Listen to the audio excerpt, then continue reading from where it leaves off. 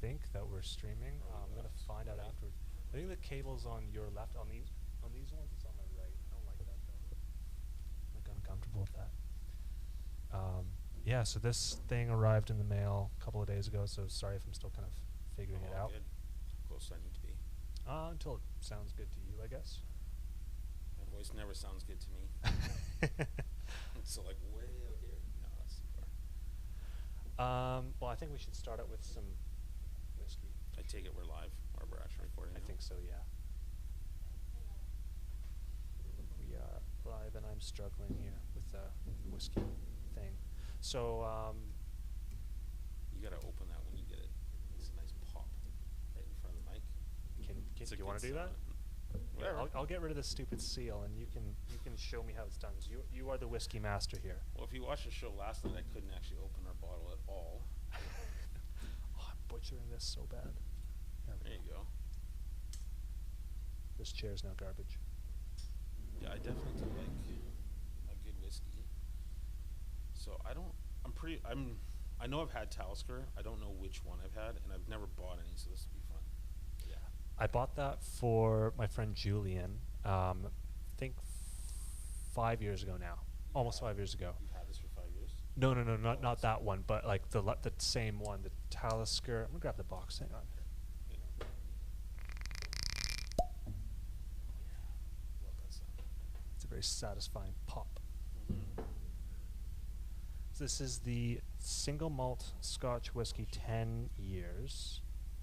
Okay, last time when I came over for poker, you had like this eyedropper thing. Yes. What was that? Because I can't remember. I should have brought one. It's just distilled water. So, like what a lot of these Scotch guys will do is they just put 2-3 drops of distilled water, and it kind of just. And these are my words; they're not their words. It opens up the flavor, kind of takes that alcohol forward, Ooh. Hey, taste away. can you turn the TV volume down there? A little bit of an echo. Oops. Yeah, I just realized the volume's up on there. Actually, it might be the speaker. There you go. Cool. This is what the test was about. I'm like, yeah, I kind of know like how the stuff works, but until it all like comes together, Oh, then yeah. that's when all the rats come out of the corners and bite my toes. I mean, we're 10 official episodes in. We're still making mistakes. It's awesome. Mm. So I just went ahead and tasted it, and I just remember now like it's got like that sea salty kind of texture to it, but It's peaty. peaty, that's the word. Yeah. Okay. What do you look for in whiskey? Oh man, that's it's like an emotional experience. So I think it's like so I really the peaty Scotch isn't my favorite Scotch, but there are times when like that's all I want. Like I want that peaty taste. It's like smoky. Have it with a cigar. It's really or chocolate. Like it's really good, right? Mm-hmm. And then yeah, so it's like I don't know. It just depends on how I'm feeling or what I'm feeling that day. I don't know. Like I love the smooth, like buttery, rich Scotch, but we only ever had one bottle that I'm like I couldn't drink out of I don't know 50 different Scotches probably. What was bad about it, or what couldn't you handle? Oh, it was like it was just brand new out of the bottle. It was really sharp. It was terrible. I don't know. Is it the age that kind of dulls down some of those like Yeah. offensive notes? The older, the smoother, but then, excuse me, the guys that I hear when they talk about Scotch, there's like after 21 years, it's not necessarily better. It can be worse. So they say the sweet spot's between 12 and 21 or 24 years. Oh, okay, that's why it's always like 10. This one's a 10-year. Yeah. Or it's mostly 12s, or sometimes like they'll charge you more for like the 18s. Yeah, so to be a Scotch, it has to be a minimum of 8 years, and from Scotland, and then to be a bourbon has to be 3.5 years, and I believe that's the same with Canadian like whiskeys as well. What's the word for the? Wait, no. Canadians, is it rye? Yeah, rye And then whiskey. bourbons. is it like it has to be like Kentucky or Ohio or like one of those ones, like the Midwest? Yeah, and I'm not that knowledgeable about bourbons. I think it's Kentucky. And then, yeah, you go over the next state, it's just whiskey. Yeah, it's all, I mean, it's all whiskey. It's just what it's made from and where it's from. And yeah, it's fun. Cool. I like drinking it more than I know about it. I'm not even close to someone who can actually talk about it. I just know that I don't like the sweeter, like fruity kind of texture ones as much as I like the smoky ones. Okay. That's like the extent of my of my anything to contribute to whiskey. Which is, I would say most people like the smooth ones more than the smoky ones. Like I would say most of my friends like the Macallans, which are really smooth. Dalmores, they're all very smooth, not smoky at all. Yeah. And I honestly, when I started, I wouldn't have liked this when I first started. But then I recently got into it and quite enjoy it. It's not a bad hobby to get into. Interesting thing to do. I like that you called it a hobby. Sometimes it's more than that, but I like to think that it's not in this case. Well, I mean, if you're like for me, it's what I like about having a good scotch, and especially with friends, is like you get a couple bottles, you taste it. What do you like about? What don't you like about it? You get, it's much like wine tasting, right? Mm-hmm. Then you can have a collection and have your favorites, pull them out when you're ready, and mind you, they don't stick around my house that long. So. Well, it's fun too because like you can try out new ones because eventually, like of course, it's going to run out. So you keep on having to try out some, either like stick with a favorite or whatever. But you kind of are choosing to do that. So I don't know. I think that's got a fun side of it. Yeah. Okay, I like the whiskey tangent. It's kind of fun. But you were telling me a little bit about you were doing something new with. Do you say like you're a marketer, or what do you say that you are? Or do you have like a title that you've landed on? Yeah, so that one's a funny one because through my history, people would see me as one thing. Like I used to be a pastor, and then I was the worship guy, and I wasn't a worship leader, and then I was the website guy, but I've really I've landed on this idea of being like an idea producer, and so I love helping people start things. I don't really care what it is. I want to be involved in the creation, the start of something. I have no real, I don't know, just figure it out. Like I have no real fear about it failing. Failure is part of that process. And so this idea of like a movie producer is probably one of the most important people in the whole scheme of creating a movie. They'll often pick the director. They'll even be, they'll pick the script. They find the executive producers that fund it. They'll do everything. And so I sort of see myself, for ideas is that way. It's like much like a movie producer would sort of orchestrate the whole thing, hire the director to tell the story, find the story.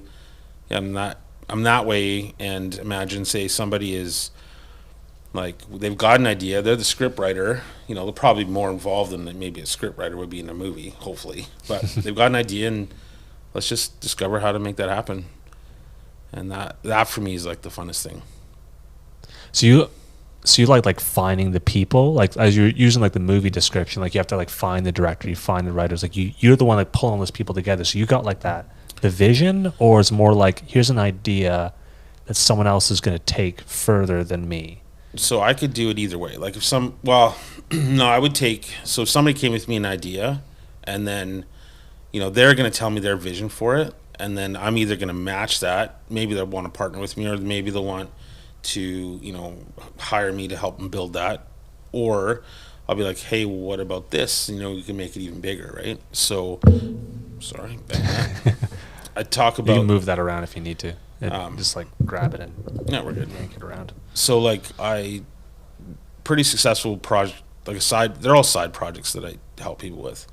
And one of them was a fishing website. So I got introduced to my buddy Danny, whose website got hacked, and it's like a mess, like terrible mess. And I'm looking through, like they were tracking like 60,000 web hits a month, and I'm like, oh my gosh, you guys have really small community. Like there's a ton of potential here. When I dug further into it, realized that they were all that bots and stuff hacking the website. But then, anyways, ended up partnering with them, and like year over year, we've grown it. They started, it was probably 6 years ago now. We had a group of 400. Now we've got a group of like 7,300 people on Facebook. You know, we're 192,000 people visit the site every year. Overall, we're between 2.5 million people see our content, like through the website, through social media. And that's all fishing content? yeah, fishing content. That's cool. Yeah, so it's like, it's just super fun. And, you know, I don't think, I mean, Danny would be able to answer this, but I don't think he really thought it would be as big as it is. And like right now, we're trying to decide what to do with it, because there's actually quite a bit of value. I had it evaluated, just like a rough evaluation. I think there's close to 200 blog posts, and the guy said, yeah, he felt like it would be worth around 60,000 US without generating money. He said if you could show that it would generate $3 to $5 grand a month, you'd get 150,000 for it. How does a website get valued without actually generating any revenue? Like, how do you put what are you putting the price on? The price would be on, well, 200 blog posts is a lot, right? So it's content, and then the audience. We have like 7,300 people on Facebook, and so, you know, what's that worth to a business to buy it or somebody to buy it, then monetize it, right? You've got a built-in audience, and we got a mailing list. I don't know what our mailing list is at, 12 or 1,500 people, and so like even that, like one of my clients, they're willing to pay $4 for every email they get. That's what they figure it's going to cost them. So whatever marketing they do, it's going to cost them $4. So we got a mailing list of 1,500. You know, that's, can't do that math, 6,000. Like that's $6,000 right there, plus, you know, 7,000 people. And you know, good article writers will pay $400-500 per article. So, you know, if you had 500 articles at, I'm not that good at math. What's 500 times 2? 1,000? No, 500 times 200. Sorry. Oh, Is that 100,000? that'd be 100,000. No, 10,000. I'm gonna 10,000. pull this out. Something that's good at math. Let's bring that in. The calculator. Yeah, that one. Yeah, that's what, you know. It's 100. I don't know which camera. That's like 100,000. Okay. So like between the mailing list, you know, even if we paid like 50 cents for each person we built in the Facebook, you know, that'd be like 3,500. Mailing list is $3,000. That's 6,500. All that content would be worth 100 grand. So right there is $100,000. And that's based off like the $4 an email. Something that, okay, so Well, no, that's based on like if somebody had to hire a professional writer to write 200 blog posts, right, at $400-500 a pop, and what I know some people are willing to pay for an email address, right? So, oh, they're paying for the emails. Yeah. And those emails mean something because a human typed them in and gave you their email. Yeah. It's not like those like 60,000 hits bots. That are No, like, it's these are not all like- fake emails Right. that are all gibberish and they don't mean yeah, anything. we've got 1,500 people that opted into our newsletter because they like fishing. So, to a fishing brand or somebody who's in love with fishing that thinks they can monetize it, sell products, you know, it'd be worth quite a bit. Could be worth quite a bit. I don't know anything about websites. Like, I deliberately try not to learn anything about them. Like, I'm one of those people who's like, I want someone else to handle that. But like in my ignorance, and I'd love to hear like what does this even mean? Like the whole thing about like monetizing a website almost sounds like a dirty word. It's like, I don't want to monetize my website. Like that's like the musician's version of like selling out. But I don't think it's as dirty a word as like people who like me who don't know anything about it think. Like what does that even mean? It's like, Well, it sounds like, oh, you're selling out, you're giving all your stuff away, but it's not that, is it? No, I mean, it's every website's really, like, Facebook's monetized even though they don't pay for it. They sell your information every day to somebody else. Advertisers, right? They serve you ads. You know, every website that has an ad on it is monetized, right? Every website that has a product that they're trying to sell or that links to Amazon, just like, you know, you've got all this gear everywhere. Like, you know, if you went to somebody's website and they did a review of the Rodecaster Pro? Rodecaster, yeah. You know, maybe you read it there, and then they had a Amazon affiliate. You went to Amazon, you bought it. Well, then they get a cut of that. So then they've just monetized their website.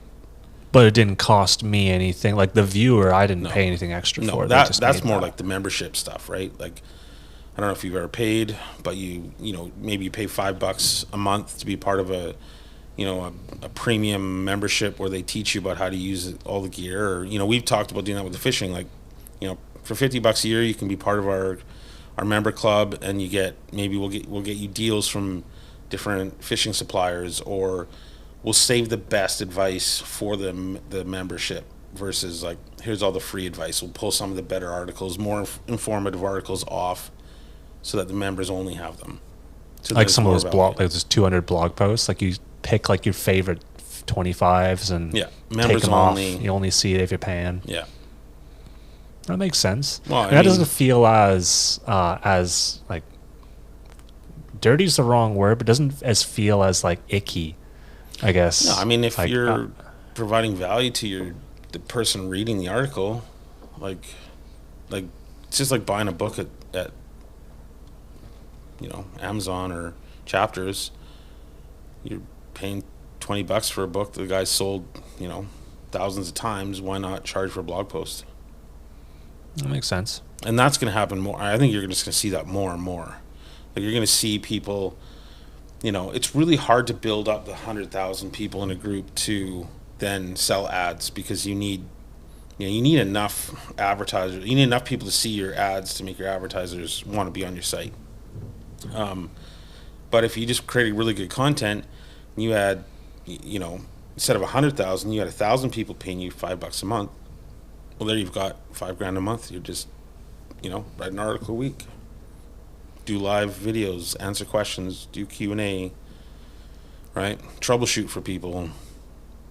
What you're doing kind of sounds like it kind of sounds like a very niche, no, maybe not niche, because a lot of people want to do it, but it kind of sounds like an exclusive club. Like if you know how to do what you do really well, you're not going to give away those secrets. Like you probably have you hang on to like to your goal, like to your knowledge of like these things work, these things don't work. Like who do you look up to? Because I don't know anyone who does that kind of stuff. Like aside from like you and probably like a couple of people I don't know do it, but like there's probably like celebrities within like what you do, like within like marketing and like turning a fishing site into something highly profitable. Like who does that? Who does that really well? Honestly, I was, as soon as you said that, the first person I thought of doesn't actually do that. He gives all his information away for free. I'm like, and then I'm like, the second guy that I thought of, he also gives all his information away for free. And then I just joined this community, and it's called, Ryan Lee's the guy that I just joined, and he also is giving all his information away for free. So somewhere these guys, okay, so the first guy I thought it was named Gary V or Gary Vaynerchuk. Oh yeah. Right. So he just gives everything away. It's a lot. Like he just talks a lot. He talks fast. You know, There's a lot of views on my gosh, everything on he does. everything. So there's tons and tons of content, right? If you follow him, you'll figure it out, but it's not like it's laid out in a course for you, right? Yeah, he's like one of those like get up, get out of bed, do the thing, don't make excuses. Yeah. Like the stuff that he's saying, it's not like it's hidden knowledge. He just says it like almost like he's like yelling at you, like get out of bed. He's one But of if those. you watch this, he does give quite a bit of strategy. If you watch how he does what he does. So, but it's not as clear as like some guy being like, okay, step 1, do this, step 2, do this, and that's what you're gonna get from the more paid courses, right? But he doesn't do that, and he's the top guy. Yeah, I mean, I don't know who the top guy. I mean, it's all coaching stuff, right? So there's like right now there's a group that I'm looking at potentially getting some coaching from called Traffic and Funnels. There's another guy named Tacky Moore who's, I think it's called $1 Million Coach. He's got really good stuff. If you're in the WordPress space, a guy named Troy Dean, WP Elevation, his stuff's really. I've taken his stuff. Oh yeah, he helped me price better, a lot better. I mean, I paid, I don't know, $1,500 for his course. I've probably made 300 times what he charged me on the advice he gave. So That's a good deal. So those are the people to listen to, the ones where you take what they say and it actually works. Because there's so many people selling, like buy my course, buy my thing, I'll coach you through it. Like I've seen more ads for that in 2020 than Yeah. like any other Everybody's point. stuck And at it kind of home. feels like it's dying off, or maybe I'm not seeing the ads as much. I don't know which it is. But it seems like that was a trend for a while. It's like, buy my course to teach you I how to think it's do only my gonna get thing, more. but no one actually knew anything. Well, here's the thing. It's like every diet on the planet works. Every coaching program on the planet works. But is the person taking that actually implementing it and doing it, and are they the right fit? So, we use Troy Dean as an example. Maybe you don't like his voice. He's an Australian, right? Or maybe you don't like how he teaches. Well, you're not going to learn from him because, even though what he teaches is valuable, because you're going to miss on everything else. And some of that you got to, like when you're going into hire coach, you got to make sure you like how the guy writes, how he talks, what he teaches. Make sure that like it lines up with your values. So, what's the guy's name? Grant Cardone. Do you ever see his stuff around? No, I haven't seen that guy. So he's this real estate guy. He's on a new show called like Hidden Billionaire or something. I don't know. It's like a new. So the billionaire basically goes and he leaves all his money behind. He's given $100 and he's supposed to make $1 million company in 90 days. And so he goes and I watched season 1 with a different guy and he did it. But anyways, this guy Grant Cardone has this book called 10X, and like I don't like Grant Cardone. I don't like how he does things. He's considered a billionaire, but I think like he probably owes $600 million for all the property he has, right? And he's really pushy.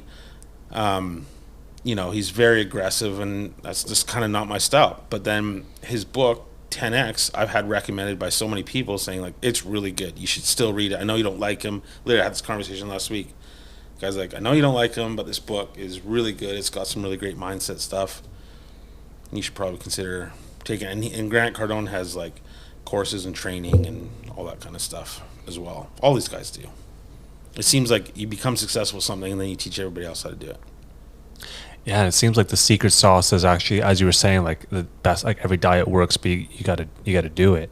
It's a lot on the student. I think that's a thing like no one really wants to hear. Everyone wants to hear like the hype, but they don't want to hear that they have to do any work about it. It's funny you reminded me of somebody. Becca, actually, she knows exactly who I'm talking about. This guy's voice is so annoying. It sounds like every time he says an S or a T, it's like 20 times louder than every other word he says, like every other noise that he makes. And he's really knowledgeable. And he's like he does like I actually don't know his name, but he does like this DaVinci video course. Okay. And like it's really good stuff to know, but I don't want to do the course because I don't want to hear this guy. Like I turn up the speed so I can get through it faster. Put subtitles on. That would be good, actually. Yeah. Yeah, no, I mean, and the coach matters. Like if you don't find, like you're going to hire a coach, and one-on-one coaching is pretty rare. Like you got to have a lot of money to do that. But if you don't find some sort of rapport with him, from you to him, not necessarily from him to you, like you don't want what he has, or you're not going to learn from him. So, yeah, that's a big part of, if you're going to go down that road, finding a coach, that's a big part of, like, you better like the coach, you better like what he's teaching, how he's doing it, and make sure, like, they all give away, like, a lesson or some webinar. Go through it all. Go through 10. Like, I've probably been going through 7 or 8 different coaches right now. I had a chat with a coach this morning I'm considering. A coach hiring. for marketing? Yeah, I just like I've been doing web and marketing for a long time, but there's always more to learn. And one of the things is one coach I talked to this morning was really good at is creating like end-to-end systems. So your lead capture to your sales process to your delivery system. And I'm not great at the systems. I'm great at I can sell, I can deliver, and kind of fumble my way through everything. But I want something that I can repeat every time. That when I have staff, I can be like, here's our process. 1, 2, 3, 4, 5.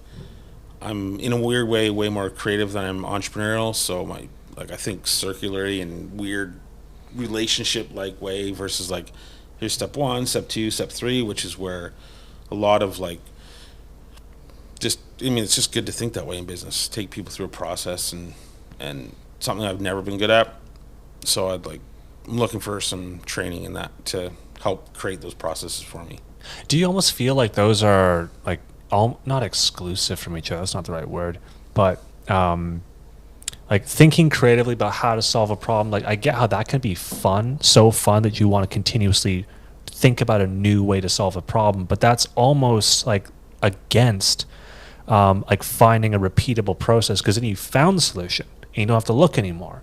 But if Right. you like looking for it, you almost don't want to find like a step 1, step 2, step 3, step 4. But if you do find it, and if you can pass on to someone else, then you can go and find another problem to go and solve again, I suppose. But Well, like, and that's where money's made too. Money's made in the you know, it's like how Henry Ford created the assembly line, right? It's being able to do something over and over again with consistent results. That's why, you know, this scotch, you buy every time you buy that scotch, it's going to be very close to what it is. Or, you know, like I remember, I went to it's good scotch. It is good scotch. I went to the Philippines in, I don't know if it was like 2000. It was before I was married, and I went to a Starbucks in the Philippines, and it was exactly the same.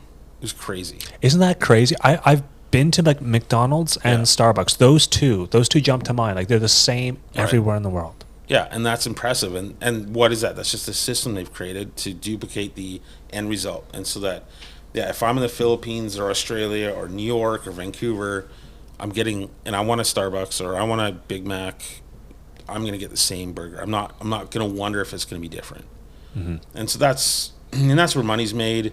Then the creative side of me, and you know, that's going to what we talked about earlier. I love helping people.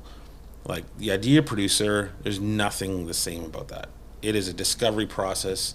Every idea is different. Every person's different. Every outcome's different. I mean, I love that, but will keep me poor. Creative and poor, which is so backwards to what most people say. That's like not most people, I suppose. Thinking about people who will say things like, you can't solve a problem that you got into by thinking the same way. Like you got to get creative. You got to think outside the box. And then you think outside the box, someone tells you, you got to systemize, you got to brain it in, you got to find. So it's like, get creative until you get to a point and then stop being creative and just repeat Yeah. that until you get old enough and Yeah, rich if you've enough to solved retire. if you've solved that problem, then you don't need to solve it again. So then, yeah, create that system, and then if that's what you like doing, then go find another one to solve. I mean, really, even like Elon Musk, that's what he keeps doing. Man, I've been following that guy, not like intensely, but I don't know anyone else who tweets like that guy. He's I don't funny. watch him on Twitter, Man, but he's weird. he's weird.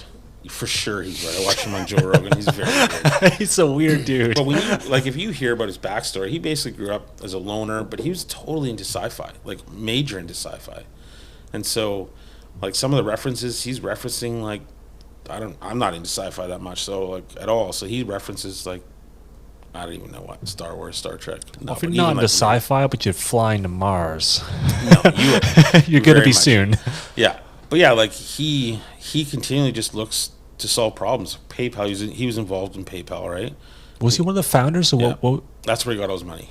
Okay, yeah. So I did hear that right. You know, and he's like, I can do online payments better. And then he's like, cars and like SpaceX and like the fact that he's landing rockets after they've taken off is crazy. Okay, so I like that you brought up Joe Rogan, because I've kind of been a little obsessed with that, like over the last year, especially like being at home as much as I had been since a year ago. He was not Elon, but one of his engineers who works at SpaceX used to work at NASA, and he was talking about what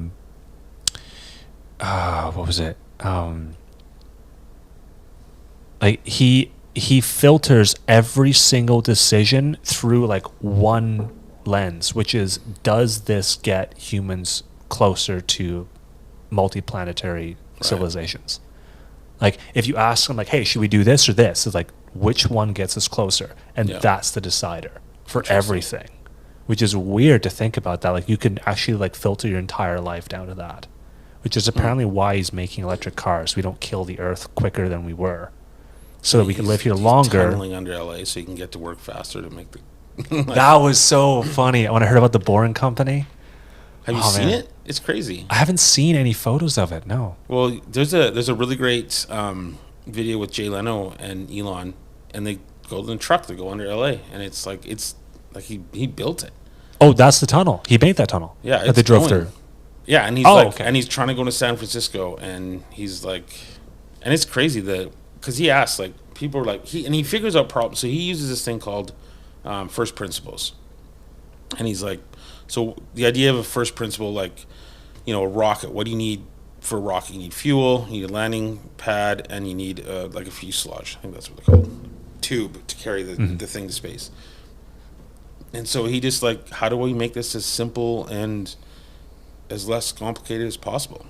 And he, you know, when he talks about like, How do you simplify a rocket? well, but he did though, like, because his, I'm gonna get these numbers wrong, but like, he's like 80 or 90% cheaper for every rocket he launches to space than NASA. Well, if you use the same rocket twice, aren't you already like No, but significantly ahead? even how he builds his rockets, everything he does about his rockets is cheaper, right? So he just figured out how to still get the same result, but with way less steps and way easier. And even like I heard him talk about the size of hole that they're drilling is actually like it basically fits one car, and a hole that's double the size takes 10 times as long and 10 times as much money, just double the size.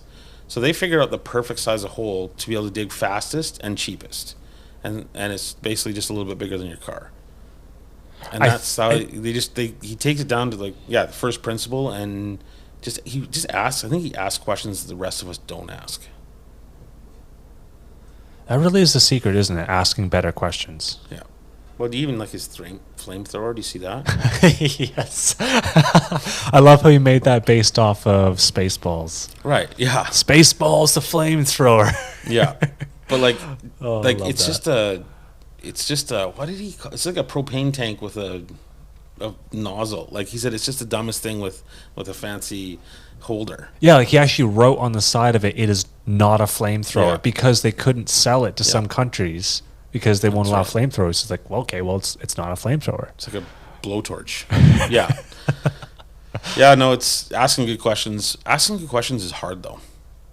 Like I think we ask questions by default. We don't even know what to ask because we don't want to think about what to ask. We just ask what comes to our mind, and we don't actually think about those questions. I get that, like in like doing sales. Like I just read this thing today about a guy's. He just said that he's like, you need to figure out how to ask better questions to get to the real pain of your client and what you're trying to sell them, so that you know if you can actually sell it to them. And I don't remember his exact questions, but he's like, ask better questions to get better answers. You'll be able to know what the real pain is, and then through that pain, you can then sell the person the right solution. Do you like to take ideas way further than they're first intended to be taken? Like if that idea about like ask better questions and you get better results, how far have you taken that? Like in a sales process, or say with Oh, somebody like who's past business. Like, does it work in life? Does it work with like parenting? Does it work with like friends, with family, with like broken previous relationships? I think. Well, I think if you ask better questions up front, you're gonna like. So I have a very simple process for web clients, say, and if if they won't answer my questions like that I'm asking them, one's like even filling out this form, like I know I give them a low score. I score everybody who wants a website. They don't know that, but they get this score, right? And yeah, and like part of it is just like, why do you want that? It's a weird question, but like, why do you want that? And then they're like, oh, because it'll do this. Oh, why do you want that? Right? You can keep, it's a simple question, but it's actually a really good question. Keep asking that to, you're dating somebody. Oh, why do you want that? Well, because I want this. Oh, well, why do you want that? You'll get right. And then when they run out of things to say, you kind of know the very last thing they've said is the actual thing. So you can even ask yourself, like, oh, why do I really want $1 million a year, right? Well, I want a Lamborghini. Well, why do you really want a Lamborghini, right? Well, I want to look good for my friends. Well, why do you want to do that? You might then scrap that whole idea, right? And so asking good questions and taking them to the end is really important. And even like when I'm working with somebody to figure out like when they're, this idea producer kind of concept, like when I don't ask enough questions, I always get in trouble in the project. It's like, and so, what do you want out of this project? Like, do you want money? Do you want influence? Do you is this just like an itch you want to scratch? Like, why do you want to do this thing? And then like, why do you want that money? And then how much money do you want? Or how many people do you want to help? Or, like, and then keep asking why until there's no answers left, and it's awkward, painful, and Do you find there's more awkward, painful, like I don't have an answer to your why? Or do you find there's more people who get to that stage and they actually do know? I think everybody knows. It just might take a while. I think they might not be able to answer on the spot, but I'm like, go away, think about it, come back, write me an email. Yeah. Then they don't write an email. It's like, okay, that person didn't like their answer. Or then they score low, and then you don't work with them. That's actually that's a good metric. Well, because you just like, if you don't know why they're doing something. So like today, I had a conversation with a guy, and he's like, I've got this project I want you to help me with. This is why I'm doing this. And he gave me 2 reasons, and I'm like, I could get behind those 2 reasons. One is just residual monthly income, and the other is because he wants to try something new. And I'm like, I'm always game for something new, and it's something that I want to learn how to do, which is like sell products online that I haven't created. So we source a product from China, somewhere else, create a website, and sell it. And I've been wanting to do one for a while. I've done clothing before. I've sold service. I've never actually sold a product that I haven't made. I'm like, that would be fun.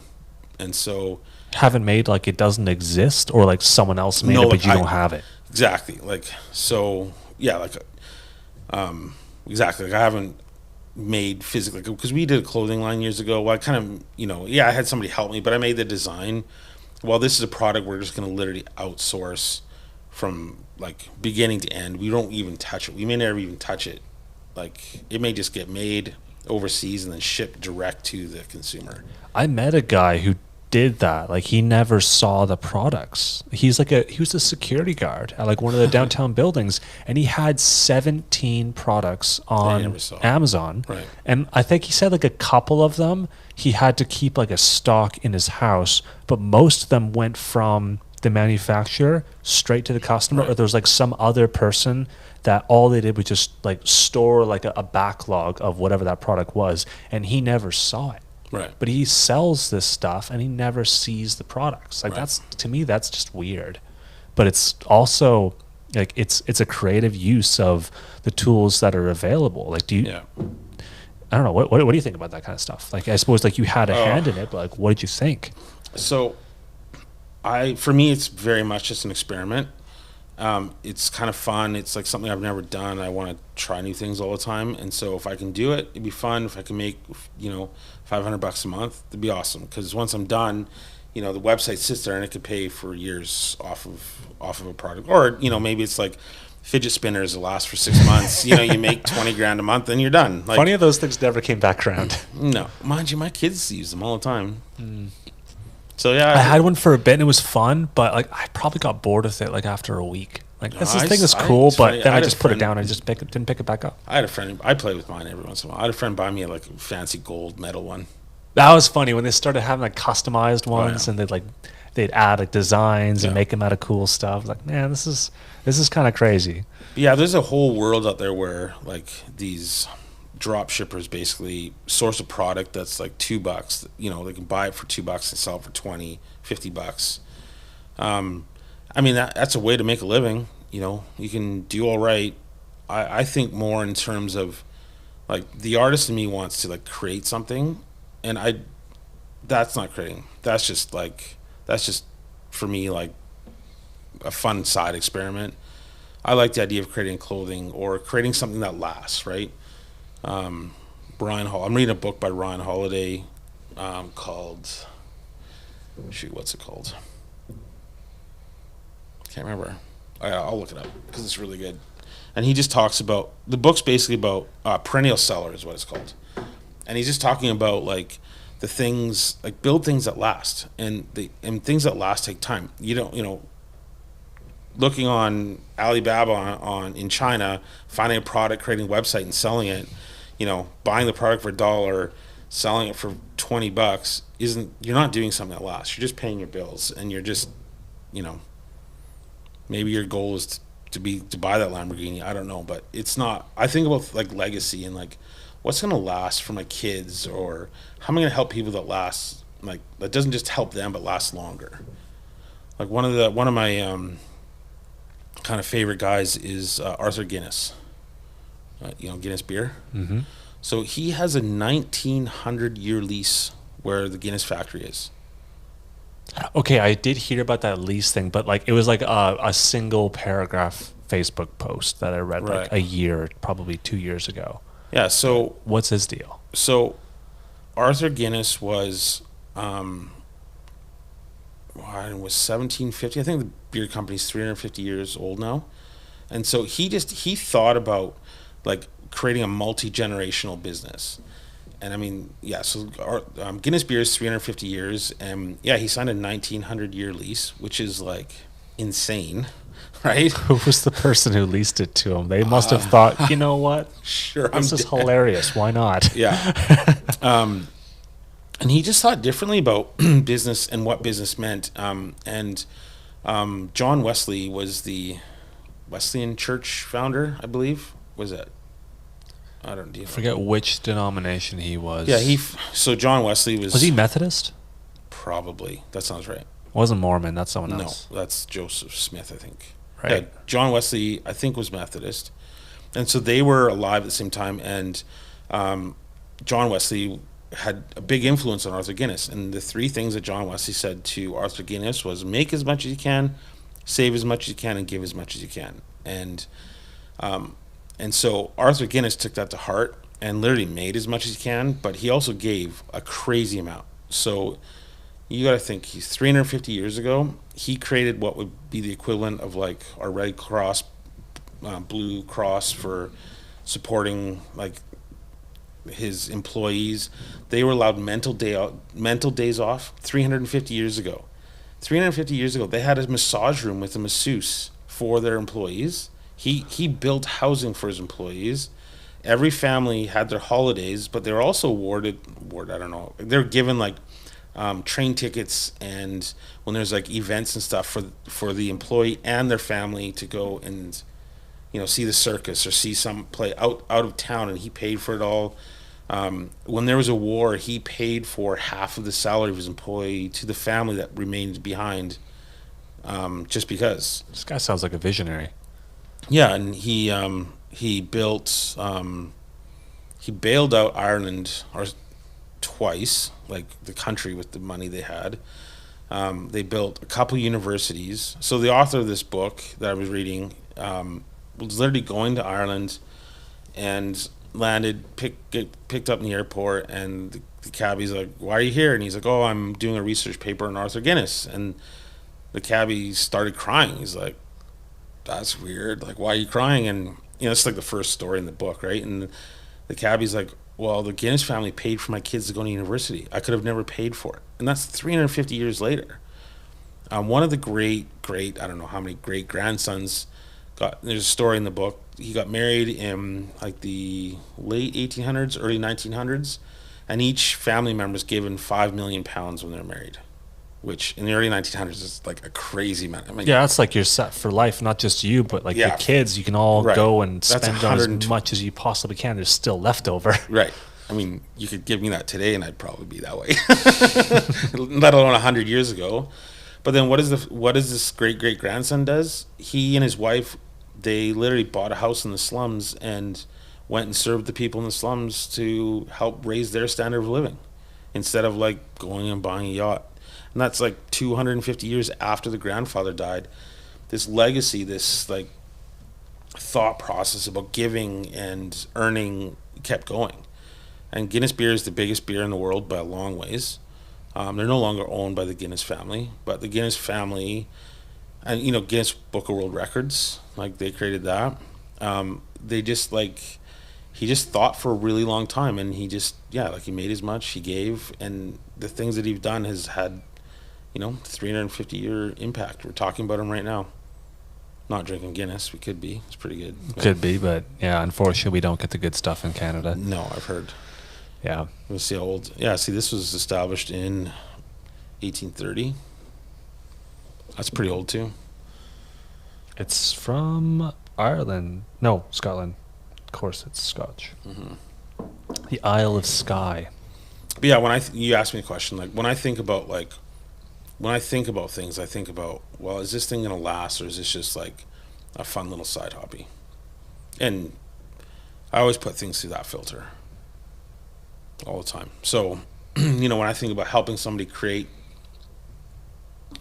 like if I'm like gonna put on that idea, producer role, when I think about helping somebody create something, I'm gonna find out if that's something that really is a purpose of theirs, not like this passion project or something they're passionate about today, but is it really their deep purpose that they're like, that's why they're on earth? I'm meant to, be a gardener or whatever it is. And then that's the kind of people I want to work with, because I know that translates not just to their lives, but that translates to all the people they help, potentially their kids, grandkids, whatever. Yeah, I like that. Hearing about your deep drive to do things that are meaningful like that, and actually have like more influence past like the day that they happened.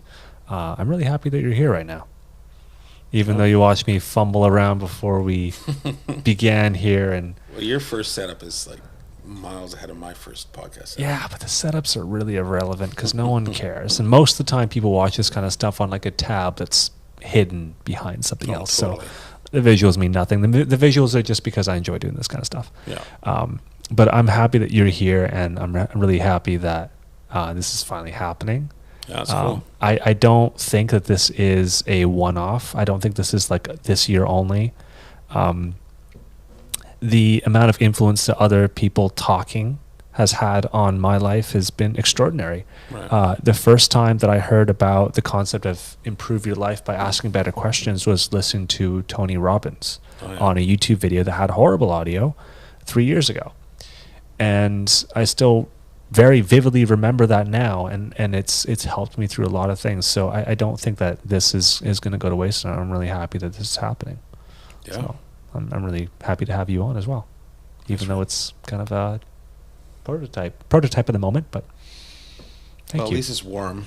It is cold outside. It's not as cold as it was, but it's okay. I looked out the window. I was about to text back actually, like around 1:00 this afternoon. Like the 3 times I've looked out the window, it's been 3 different days. It was sunny and clear, Yeah. and then it was cloudy and overcast. Looked out again, and there's all this snow falling. It's been strange. Yeah, it's -3 right now outside. Just strangely sounds warm in comparison to last week. Yeah, no, I can't think of a better way to end it than on the idea of leaving a legacy. So I think might just call it here unless you want to add anything No, else. it's great. Thanks for having me. Cool. Thanks for being here. All right. There's a red button over there. Let's smash it.